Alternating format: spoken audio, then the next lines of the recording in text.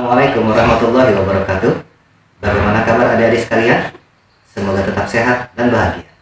Dalam pertemuan kali ini, kita coba lanjutkan pembahasan tentang limit. Untuk itu, mari kita simak bahasan berikut ini.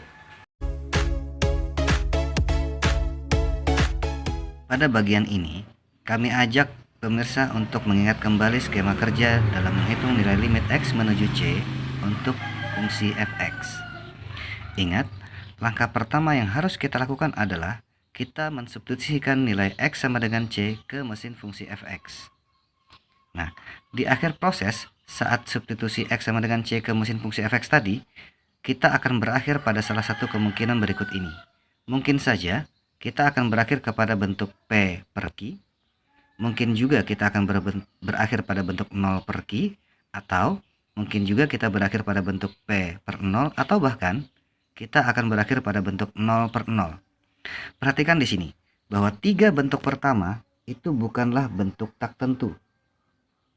Tiga bentuk ini bukan bentuk tak tentu. Artinya, kalau kita berakhir di salah satu dari tiga ini, pekerjaan kita berakhir. Kita bisa langsung simpulkan. Nah, kalau kita berakhir pada bentuk pertama, maka itulah kesimpulan akhir. Limit X menuju C untuk fx sama dengan P per Q. Kalau kita berakhir pada bentuk kedua ini, 0 per Q, maka kita juga bisa langsung simpulkan bahwa limit X menuju C untuk fungsi fx sama dengan 0. Bagaimana dalam bentuk ketiga? Kami ingatkan kembali, dulu pernah jelaskan bahwa bentuk P per 0 ini sebenarnya bukanlah yang tampak pada aslinya. Kalau bentuk tunggalnya P per 0 itu adalah bentuk tak terdefinisi, namun dalam proses awalnya bahwa P ini adalah bilangan yang sangat dekat dengan P. Begitu juga 0. Tidak benar-benar 0, tapi hanya bilangan yang sangat dekat dengan 0. Sehingga dalam proses sebuah limit, bentuk akhir P per 0 ini sebenarnya mewakili sebuah bilangan yang sangat dekat dengan P dibagi sebuah bilangan yang sangat dekat dengan 0. Sehingga masih bisa kita definisikan. Nah, dalam menyimpulkannya, kita lihat kembali bentuk fx itu. Apakah fx itu termasuk fungsi yang ganjil atau termasuk fungsi genap? Kalau fx termasuk fungsi ganjil, maka simpulannya bahwa limit X menuju C untuk fx tidak ada. Kemudian jika fx termasuk fungsi genap, maka simpulan akhirnya adalah limit X menuju C untuk fx adalah tak hingga. Nah, seandainya kita berakhir pada bentuk tak tentu, maka kita perlu merujuk sebuah cara untuk memastikan bentuk tak tentu ini kembali kepada sebuah nilai yang mana. Pertemuan yang lalu kita membahas bagaimana cara faktorisasi. Kami ingatkan kembali langkah kunci dalam faktorisasi. Yang pertama, bahwa kita harus bisa memunculkan faktor pembuat 0. Apa sih faktor pembuat 0 itu? Lihat aja soalnya. Kalau di sini X menuju C, buat seakan-akan notasi panah itu langsung kita hilangkan arahnya. Jadi langsung kita anggap, saya boleh tuliskan di sini, X menuju C, anggap aja tidak ada panahnya. Maka si biang kerok pembuat 0 itu adalah ini.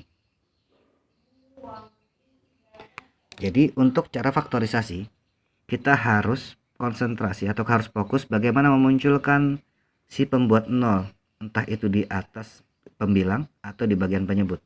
Sehingga kita bisa sama-sama membagikan pembilang maupun penyebut dengan X dikurang C. Oke. Nah, bagaimana jika kita menemukan sebuah masalah ketika bagian atas dan bagian bawah tidak dapat atau salah satunya tidak dapat difaktorkan? Maka kita perlu cara lain. Cara itu adalah mungkin perkalian sekawan, mungkin juga permisalan.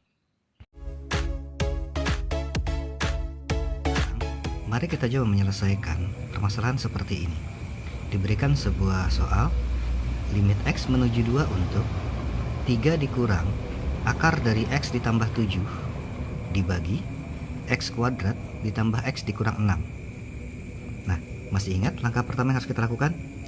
Ya, kita substitusi X sama dengan 2.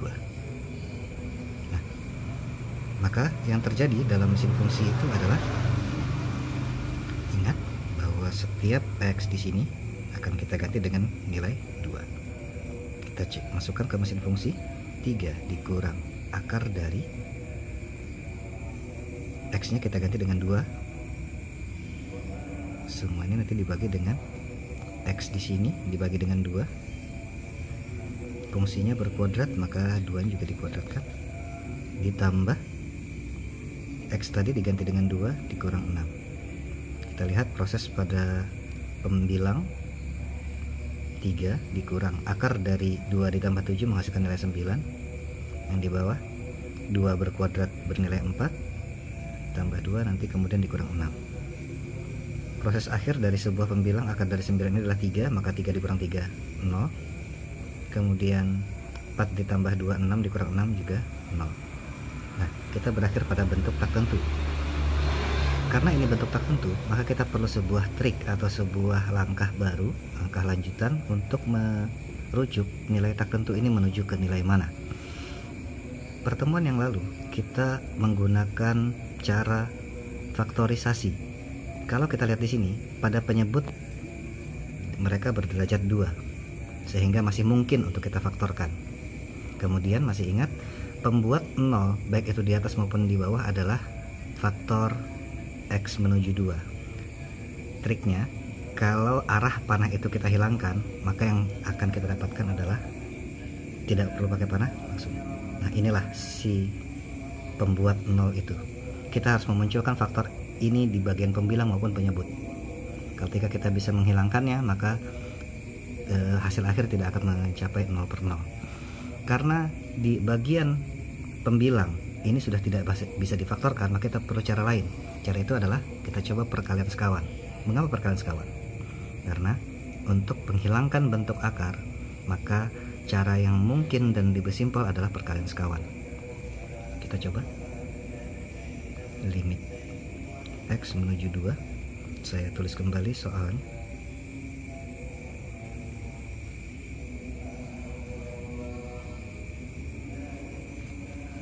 Kita kalikan dengan sekawan. Sekawan yang bermasalah adalah sekawan bagian yang melibatkan akar, dalam hal ini pembilang.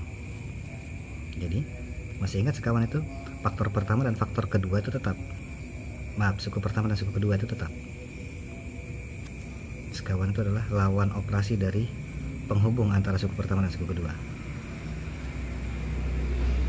Kemudian penyebutnya harus bernilai sama agar seluruh nilai pada fungsi ini tidak berubah. Seperti ini.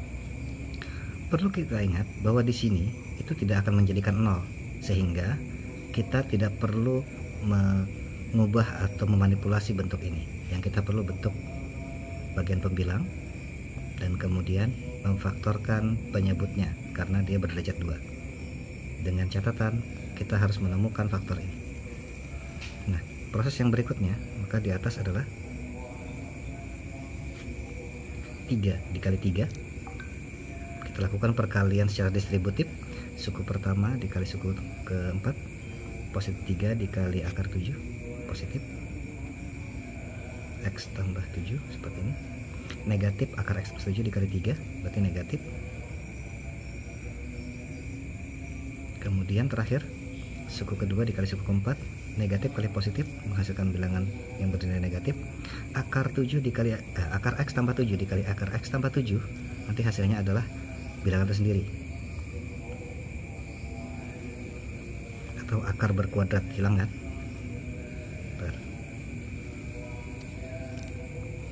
Ini kita buat seperti ini aja dulu.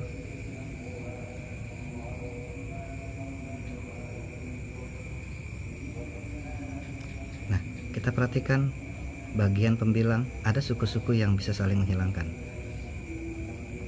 Kalau dijumlahkan nilainya 0, sehingga masalah kita tinggal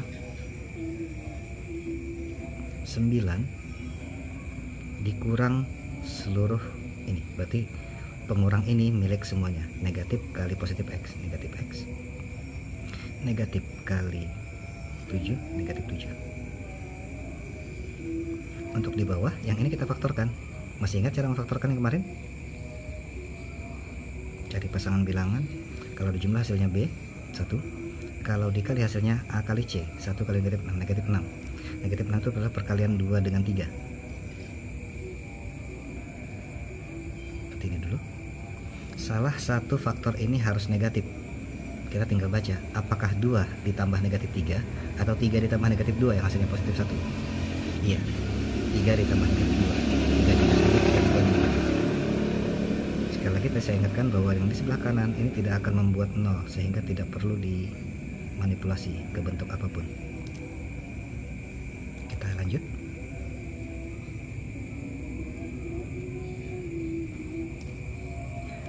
Yang sejenis 9 dikurang 7 bernilai 2. Yang di bawah penyebutnya.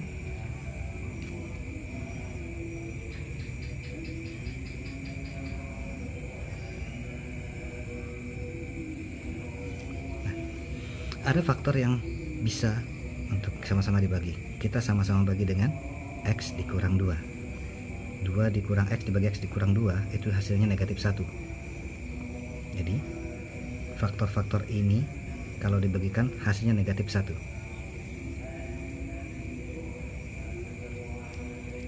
Negatif 1 itu boleh kita letakkan di atas di bagian pembilang, boleh juga kita letakkan di bagian penyebut atau di tengah, terserah.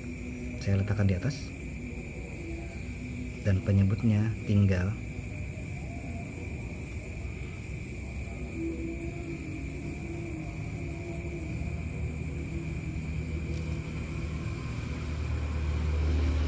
setelah ada proses penyederhanaan, maka kita kembali ke langkah awal, yaitu substitusi X sama dengan 2 kembali, sesuai dengan apa yang dituju oleh limit.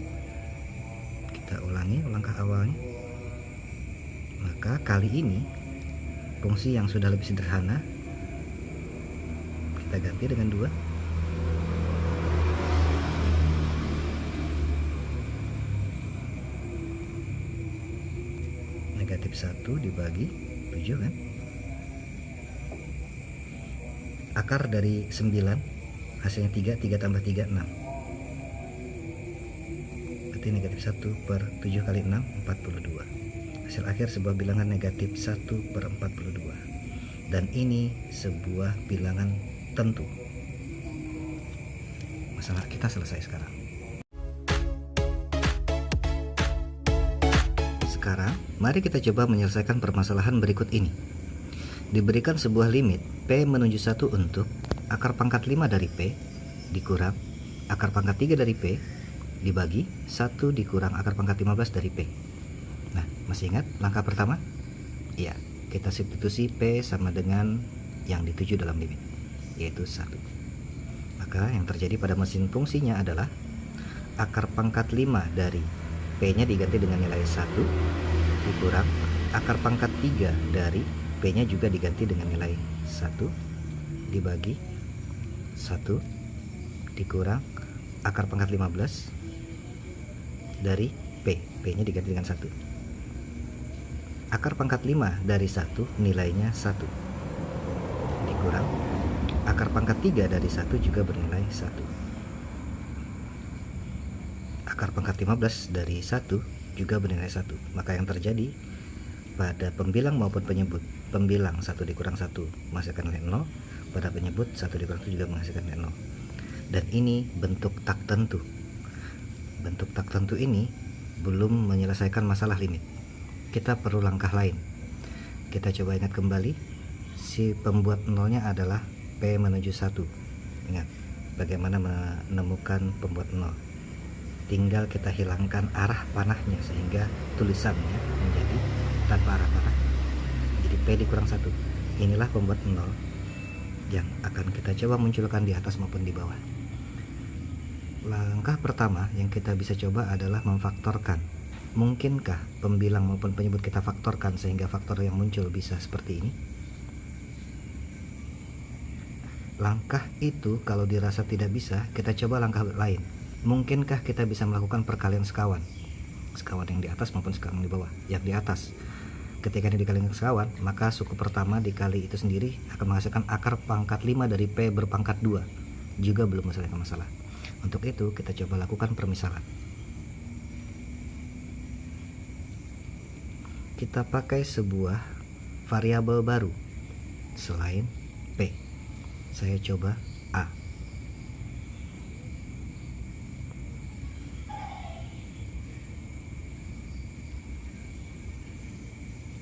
Jadi P ini akan kita coba diganti dengan variabel A, yang A itu kita coba punya pangkat, sehingga ketika pangkat itu diakarkan akan menghasilkan sebuah bilangan tanpa pangkat rasional atau tanpa pangkat pecahan. Pangkat berapa kira-kira? Iya, pangkat itu adalah hasil dari KPK masalah-masalah yang muncul. KPK dari 5, 3 maupun 15. KPK nya adalah 15. Kalau gitu kita perlu A berpangkat 15. Oke, kita coba masukkan satu demi satu. Langkah pertama, tujuan limit dulu. P menuju 1. Kita coba ganti P ini dengan A berpangkat 15. Kedua ruas sama-sama kita akarkan pangkat 15.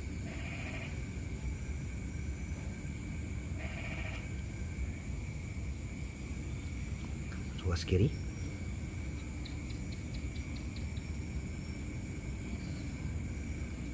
Akar pangkat 15 dari A berpangkat 15 adalah A saja. Menuju akar pangkat 15 dari 1, nilainya 1. Sehingga tujuan limit P menuju 1 senilai dengan A menuju 1 untuk permisalan ini. Kemudian kita coba sederhanakan soal ini. Tadi P-nya ketika diganti A berpangkat 15 maka akan senilai dengan A menuju 1. Kemudian di sini akar pangkat 5 dari P. Ingat, P-nya tadi kita misalkan dengan A berpangkat 15.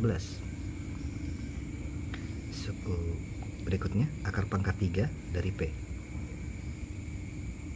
P-nya kita ganti dengan A berpangkat 15. Bagian penyebut akar pangkat 15 dari P. P-nya kita ganti dengan A pangkat 15. Nah, bentuk ini menghasilkan akar pangkat 5 dari A berpangkat 15 adalah A pangkat 3. Ini menjadi A berpangkat 5. Ini menjadi A. Untuk ini kita akan coba faktorkan. Kalau kita masukkan kembali A sama dengan 1 maka juga akan menjadi 0 per 0. Untuk itu kita coba faktorkan. Faktor pembuat 0-nya kali ini adalah A menuju 1. Maka kalau arah panahnya dihilangkan maka akan berbentuk seperti ini. Kita akan fokus memunculkan di atas maupun di bawah. Di bawah sudah setara. 1 dikurang A, kalau dibagi A dikurang 1 itu hasilnya negatif 1. Berarti kita tinggal di atas. Nah, bagaimana memfaktorkannya? Ya tinggal dibagi saja. Pembilang ini kita bagi itu. Masih ingat cara membaginya? Kita akan buat cekeran di sebelah kanan sini. A berpangkat 3 dikurang 5, A berpangkat 5 dibagi A dikurang 1. Kalau ini dirasa sulit, maka derajat yang lebih tinggi kita letakkan di sebelah depan. Maka ingat, A berpangkat 5-nya bertanda negatif, sedangkan ini bertanda positif. Fokus pada derajat tertingginya. Berpangkat 5 dibagi berpangkat 1, maka hasilnya adalah berpangkat 4. Negatif dibagi positif, negatif. Hasil sementara ini kita kalikan dengan pembaginya. Negatif A berpangkat 4 dikali A, negatif A berpangkat 5. Negatif A berpangkat 4 dikali negatif 1 menghasilkan positif A berpangkat 4. Kita kurangkan. Negatif A berpangkat 5 dikurang negatif A berpangkat 5 habis 0. Kemudian untuk derajat 4, 0 dikurang A berpangkat 4 negatif A berpangkat 4. Kemudian yang berpangkat 3, A berpangkat 3 dikurang 0 positif A berpangkat 3. Sisa ini kita lanjutkan prosesnya. Sama seperti tadi, fokus pada yang bagian depan saja. A berpangkat 4 dibagi A berpangkat 1 adalah A berpangkat 3. Negatif dibagi positif, negatif. Kita kalikan negatif A berpangkat 3 dikali A, negatif A berpangkat 4. Negatif A berpangkat 3 dikali negatif 1, positif A berpangkat 3. Kalau dikurangkan, habis 0. Sehingga bentuk yang di atas ini itu setara dengan A dikurang 1 dikali dengan hasil.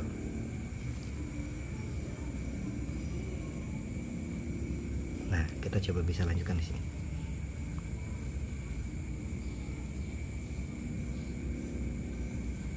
Ingat, pembilang tadi bisa difaktorkan menjadi seperti ini.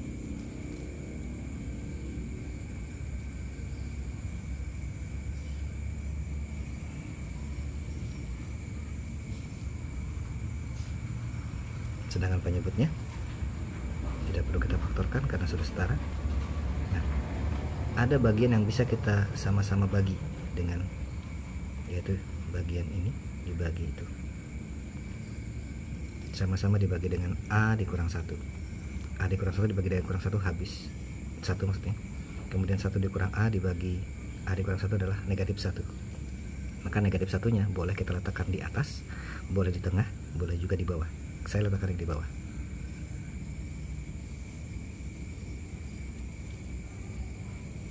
Pembilang tinggal faktor itu saja. Hasil dari ini negatif 1. Ketika sudah lebih sederhana, kita kembali ke substitusi. Tapi kali ini variabelnya adalah A. Kita substitusi A sama dengan 1 ke mesin fungsi ini. Maka yang terjadi adalah negatif. A nya diganti dengan 1 berpangkat 4 dikurang A nya diganti dengan 1 berpangkat 3 dibagi negatif 1. 1 berpangkat 4 hasilnya 1 itu dikali negatif. 1 berpangkat 3 dikali negatif. Maaf, 1 berpangkat 3 adalah 1 dikali negatif. Pembilang menghasilkan negatif 1 dikurang 1 berarti negatif 2. Penyebutnya negatif 1, hasil akhir 2. Dan ini bukan tak tentu sehingga masalah kita selesai.